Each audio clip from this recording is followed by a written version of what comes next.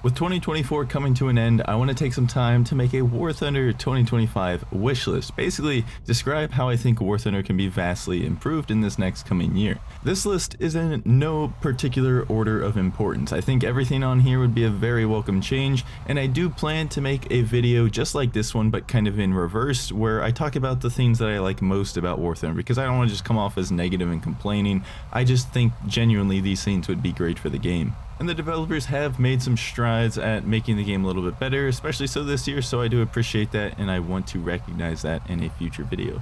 Before we get started, I still would really like to see 40,000 subscribers, whether it be the end of this year, a couple weeks into January, maybe February, I don't really know at this point, but that's the goal. If you haven't already subscribed, if you like this video, if you like my videos in general, I would really appreciate if you just go ahead and hit the subscribe button. Now, let's get started with this list, once again in no particular order. Starting off, let's correct some of a somewhat recent mistake GAIJIN has made, and that is the clouds, and the fact that they're literally everywhere. Yeah, and I mean everywhere all of the time. Clear weather? Never heard of it. In fact, I challenge you to click through your replays tab and speed through them looking at the conditions of each battle. If you can find a single one that says clear for its weather, I would be totally amazed. Let me know in the comments below. Because I've clicked through mine about 6 straight pages at least of replays, and I couldn't find a single game with clear conditions, nor can I recall one from memory. For some reason, GAIJIN has decided that clouds make for the best gameplay experience, and we all love looking at gloomy gray skies, shadowing the ground below them into nearly nighttime conditions. The game has lost all of its color and vibrance in 7 out of 10 of your matches, and that last 3 out of 10 you settle for partly cloudy or hazy but still not clear.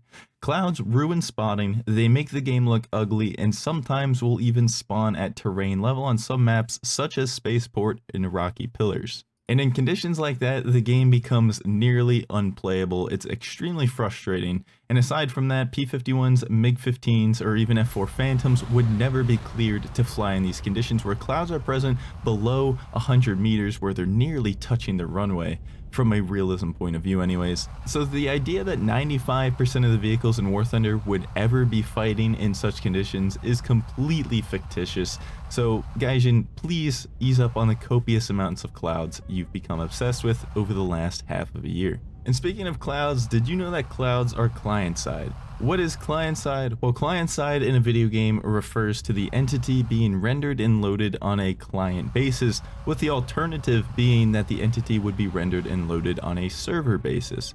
In case the explanation doesn't make the issue apparently clear, the game client is your individual game. In a 32-player lobby, that means there's 32 clients running. This means that if something about the game is client-side, it is rendered uniquely to all 32 of those players, and you can see how problematic this would be for ARB's clouds. Clouds in ARB might just literally not be on your enemy's screen like they are for you. And as you would imagine, this can lead to some pretty infuriating situations. Normally, spotting and IR missiles would be most affected by clouds, but imagine you can't see someone just 2 kilometers ahead of you because on your screen they're in the clouds, but on their screen they can see you just fine. Or imagine if someone's chasing you, so you drag them into the clouds just for them to manage to lock onto you with an IR missile anyway, due to the fact that those clouds don't appear in the same spot on the map as they do for you. As for the severity of the issue and just how different the clouds can be between clients, I'm not really sure of, but just at a conceptual level, this is ridiculous and it needs to change. And that takes us perfectly into our next couple of topics regarding the servers. War Thunder servers severely need an upgrade. I could go into a million different reasons as to why the servers are inadequate, as I'm sure many of you guys already know them, and how GAIJIN makes themselves look cheap for refusing to upgrade their servers more. But let me bring up the most damning issue. A user had noticed a difference between the Mika in the past dev server and the Mika on the live server at the time, to which the technical moderator replied and said that there had been no changes made to the Mika. So normally in this case, you just write the user off and joke about him being schizo or something like that, right? Well, you would if it wasn't for the fact that he also admitted that missiles perform differently based on server load. And well, yeah, obviously that's kind of a no-brainer, right? But it shouldn't be noticeable by the players. It should only be something that's theoretically different and not actually something you can see or feel when you're playing the game. And it makes you wonder just how many aspects about the missile are dependent on server load. Is it the way the missile flies? Is it the seeker? Is it the way it interacts with different IR signatures or radar signals and stuff like that? So if you've ever heard me talk about how I think missiles perform differently in custom battles, for example, but could never actually prove to you why, this is the why. And again, I don't know how much the server affects the missile, but it's obviously got to be substantial if players are noticing it and getting responses from technical moderators saying, yeah, you probably are, but it's just the servers, that's the way it is. And granted, technical moderators aren't GAIJIN devs, they're technically not even GAIJIN employees, and I've heard GAIJIN say that they don't speak on behalf of them, but they pretty much only say that whenever it's convenient, and the moderators say something incorrect or makes them look bad, then they do damage control and say stuff like that. But as far as I've seen, they're basically GAIJIN employees, they act like GAIJIN employees, and the only time that they claim otherwise is when it's an inconvenience to say that they are. And while we're on the topic, I'm going to tie another issue to the server because I think it's fitting. I'm unsure if it's actually a server issue or not. I suspect it is, but it is an issue nonetheless.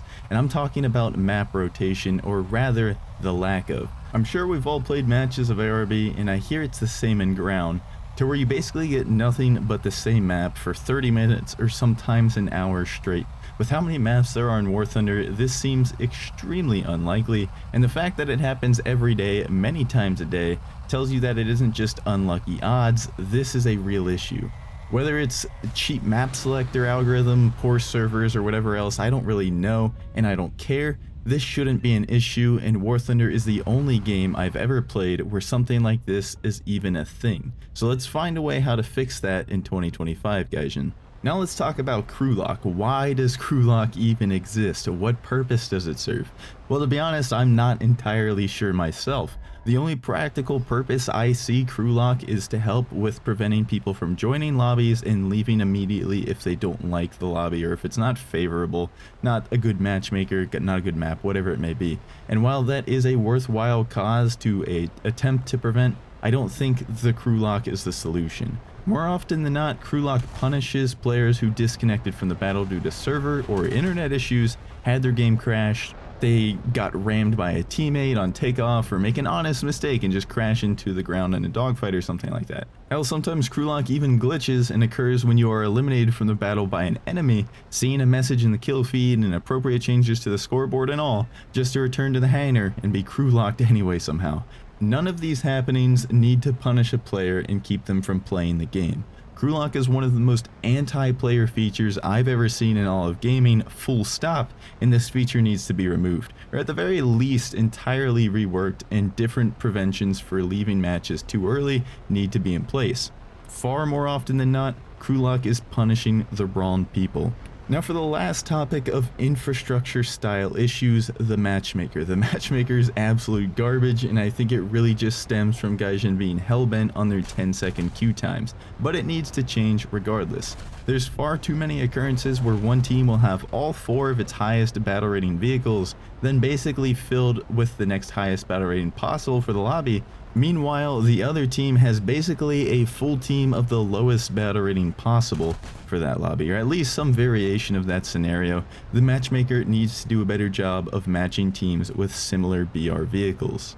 And this kind of takes us into the subjective side of things. I think there's a lot more infrastructure style issues we could talk about, and I'm sure you guys have some you can comment down below. But just for the sake of this video not being 20 minutes long, I'm going to go ahead and move into a little bit more of the opinionated stuff, but I don't think they're necessarily hot takes. So again, I understand GAIJIN is hellbent on their 10-second queue times, but how many of you out there would be willing to wait 60 seconds in a queue for a better matchmaker? My guess is nearly everybody.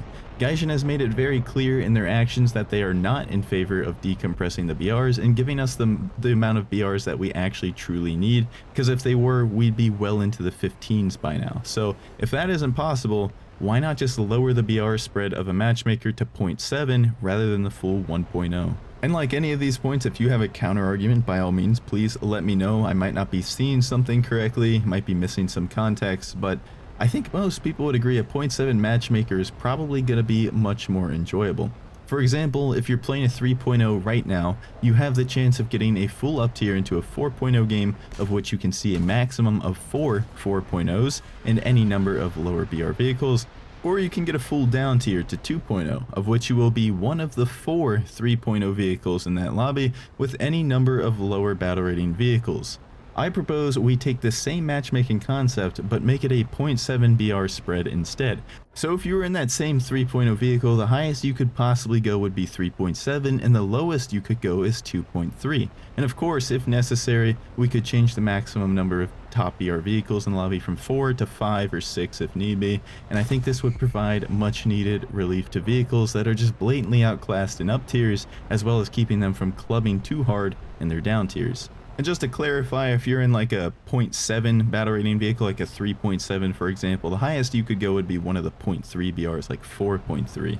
And now that I'm looking at this video being about 11 minutes long, I was honestly going to go into some of the other opinionated topics like airfield AAA, spotting system, and the match sizes, but I think this list remains the strongest as it is and most likely to be heard by the developers without that kind of stuff on there, so I'm going to leave it as is for now, and we'll save those for another time.